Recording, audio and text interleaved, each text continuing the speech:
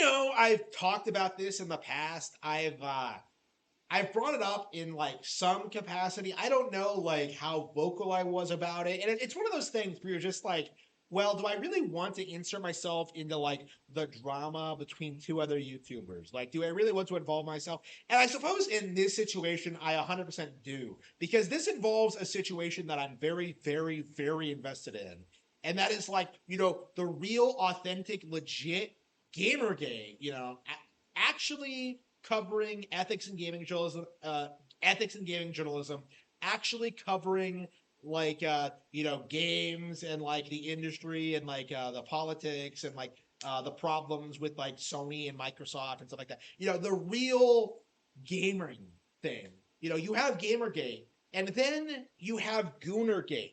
The people who sit there and pretend as if the only issue in modern gaming is that there aren't enough like attractive ladies. Like, again, this has been a problem for a long time. I think longer than most people realize, because I remember like when Gamergate 1 started tapering off around 2015, and they kind of split into two factions, right? You had like the Killstream audience, who were like the overly political spurgs who like wanted to blame the Jews for everything, right? You had those guys and who propped up like all these all these all these pathetic people, like Ethan Ralph, Worski, like all of like the sector, absolute scum that lasted like legit like 5 years until it just imploded with the death of Ethan Ralph's career. Like it was a complete train wreck. Hated that, hated all that. It was just ridiculous, right? The sector was always dumb. Blood Sports was always retarded. Medicare was completely dropped the ball when it came to that. You know, Gamergate 1 was a complete and utter failure because of these people who who did not understand the actual problems with gaming, right?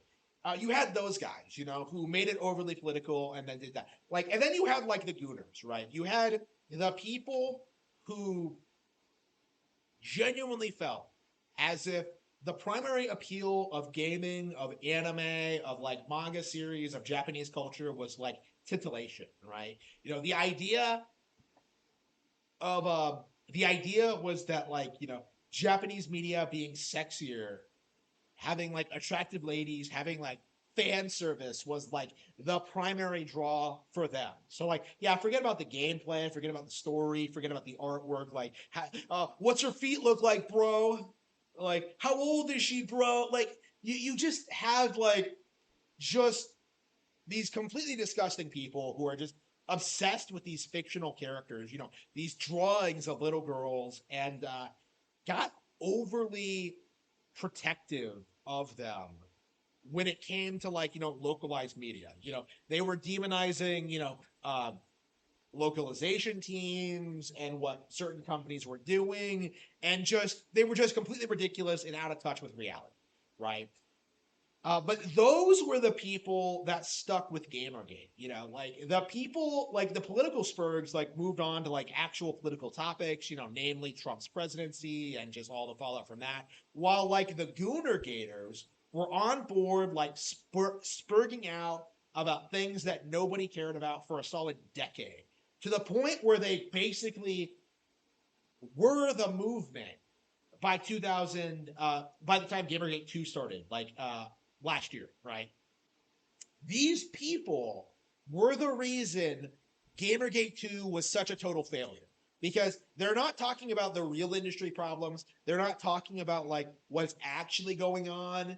They're not talking about real people in the industry. They're not talking about real issues, real games. They're talking about titties, about how they want to see more of them, how they need to be bigger, how like it's just it's appalling.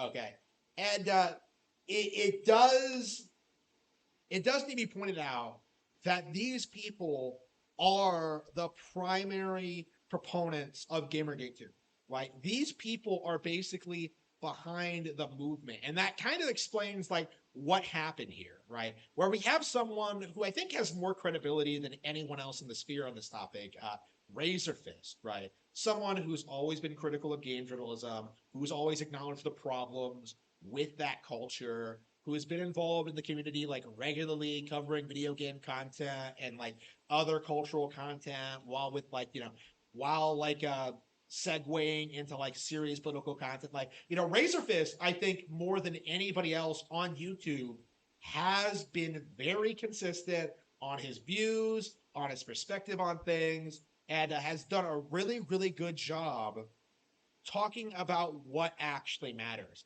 for the most part. And like, this isn't me saying I agree with him on everything, obviously, but it's like he is talking about actual issues in the industry, right? Like he's not like spurging out. He's not sitting there like trying to tell you, like trying to grift. Like he's giving like a real authentic like analysis of what's happening, right? And a lot of people don't like that because talking about the real issues, talking about like, how the Game Awards are crap and talking about how like you can't trust certain people in the industry, like um, that takes people's attention away to the things that Goonergate wants to talk about. They don't like the fact that Razorfist was willing to come out and criticize people for overly sexualizing games. Like he and Melanie Mack, I think, came out around the same time. Actually, I did as well, but nobody cared about that. All of us came out around the same time and kind of said the same thing, really, is that like gaming isn't about sexual gratification, right? It should be about like fun, interesting, engaging games that people enjoy. It's not really about having like sexualizing characters or like that culture, right? And Goonergate did not like that at all, right? The cope at the time was that like Razorfist. Well, actually, you still see people say this, but the idea at the time was that like Razorfist was simping for Melanie Mack, and that led to like his falling out from side scrollers because Craig the Snake decided to like throw him to the wolves in exchange for a handful of super chats. Fuck Craig, by the way, but he did that, right? And Razorfist is now like into some kind of like confrontation with like JD Smash, who is alleging that like Razorfist groomed a girl when she was underage or something, and didn't watch any videos about this. Didn't have to.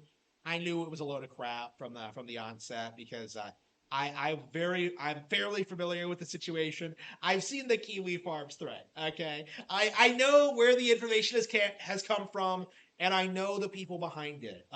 It does need to be understood. If you're looking for dirt on someone, on an internet personality, Kiwi Farms is not necessarily a reliable source of information, right?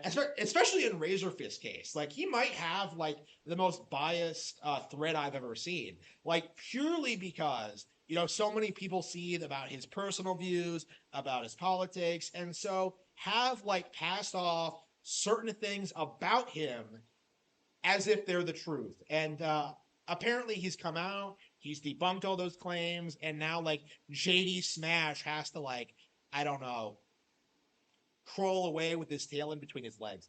But like, again, this does need to be talked about more. We really do need to talk about like why this happened and why this became an issue, right? Because it really doesn't have anything to do with like Razorfist or anything he said. Like it came about because of how the Gooners desperately want to keep like Gamergate like this very sexually open, just degenerate space instead of being like about video games. Like they don't care about like the quality of the games themselves as long as they have like ladies in them. Like that's all they care about is babes. That's all they care about is like pretending as if that girl will love you, you know, like, and you see this behavior a lot in the sphere, but like it does need to be called out more because these people have become so toxic that I fear that they're severely hampering the conservative movement and have like just shoved themselves into a place where they really don't belong, right? Because they're not conservatives. They don't care about politics. They don't care about gaming. They don't care about like culture or people. Like all they care about is getting is keeping like lolicon legal, in my opinion, right? So anybody that like goes against that mindset has to be destroyed, and that's why they tried to come after Razorfist. That's why they tried to slander him with like these false allegations.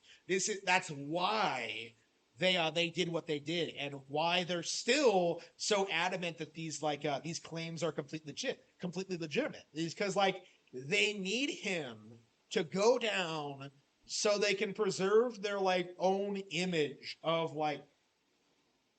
being like the harbingers of Gamergate, being like, you know, preserving Japanese culture, which in their world means lolicon, like lolicon hentai. Like that's their mindset here. Like you're not allowed to disagree with them. You're not allowed to like what they do. You're not allowed to like ask questions or question their morality. Like otherwise, you're just a Scandinavian prude. As Nick Ricada would say.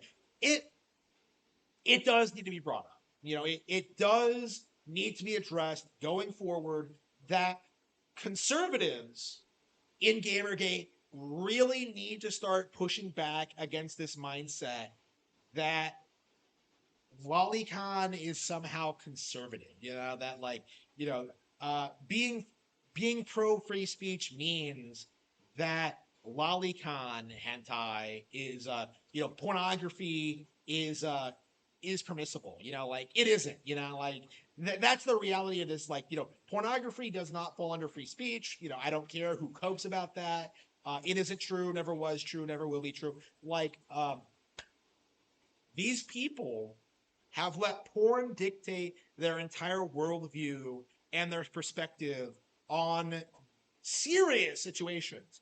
And they really need to take a step back and evaluate just what is truly important in life.